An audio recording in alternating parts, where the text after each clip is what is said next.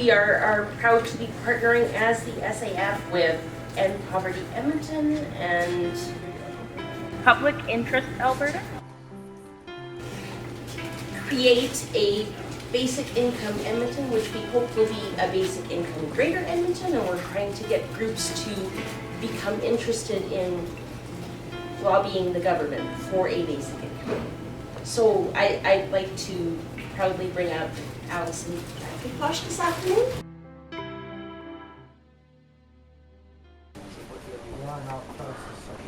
So today we're going to be talking about basic income. We're going to start with going over what a basic income means, what that term is, and then we're going to move into a short activity about what you would do with a basic income. A really exciting opportunity to think about how that would influence things.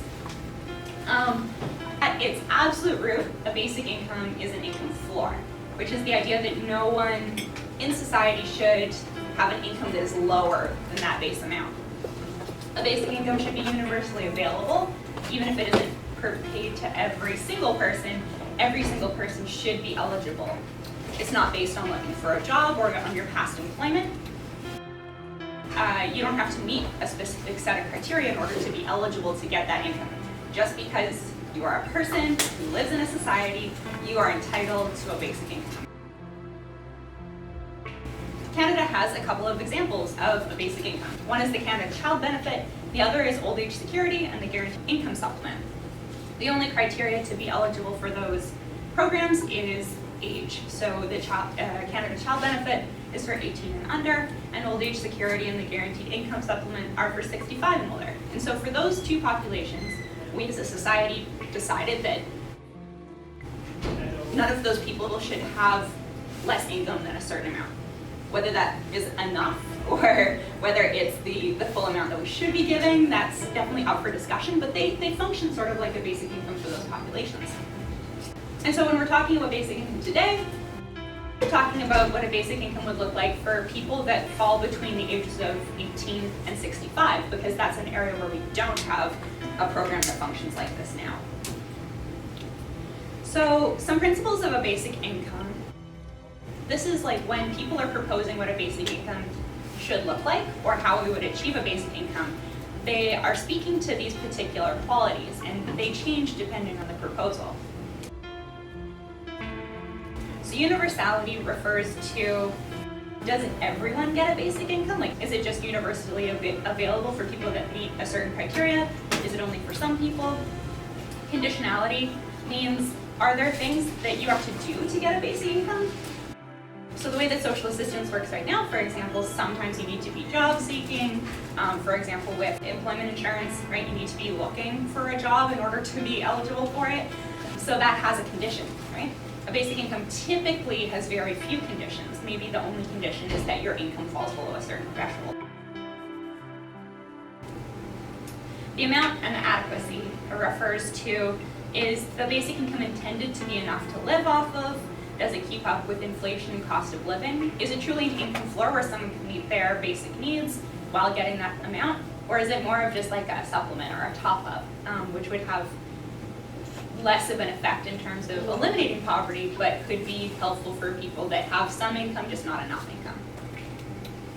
Integration with existing social assistance.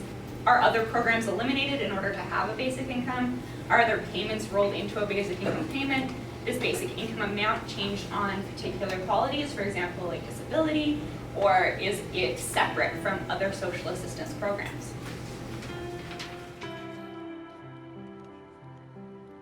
You explain that basic social contract legislation thing? It wouldn't have to be legislation necessarily, but it's the idea that we would have to have a broad consensus that a basic income is a good idea and something we shouldn't just take away when the governments change. Yeah. One of the issues that we have right now is there's been a lot of pilots, right? There are pilots that last like 6 months or a year or even 2 or 3 years, but they're not the kind of reliable source of money that we would need to have basic income really work.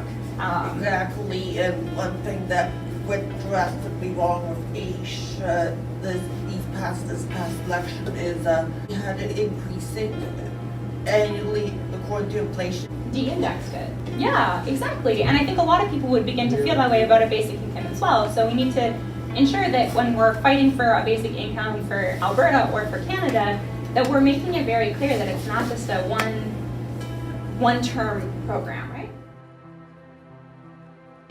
What did presenting with the Self-Advocacy Federation through the lunch and learn feel like for you? It felt really good. I know that a lot of the people in the room were people that if we had a basic income would be getting it. And that's really different than when you go and present at a more academic conference where it's a lot of other people that have pretty good salaries who are kind of talking about this as a theoretical thing. For a lot of the people in the room, I think a basic income could be a really vital addition to the different forms of assistance that are already in place. So I'm looking forward to going back through the feedback, the written feedback that we got in the second activity, because I think there's going to be a lot of really interesting insight and a lot of really important wisdom that's shared there that I look forward to reporting back to the people that were in the room today, as well as keeping in mind when we're having those conversations with Basic Income Greater Edmonton, because these are the voices and the experience and the wisdom of people that live in poverty and that access social assistance now. Thank you so much. Thank you. Yeah, well, we look forward to working with you more. Yeah, I'm so excited.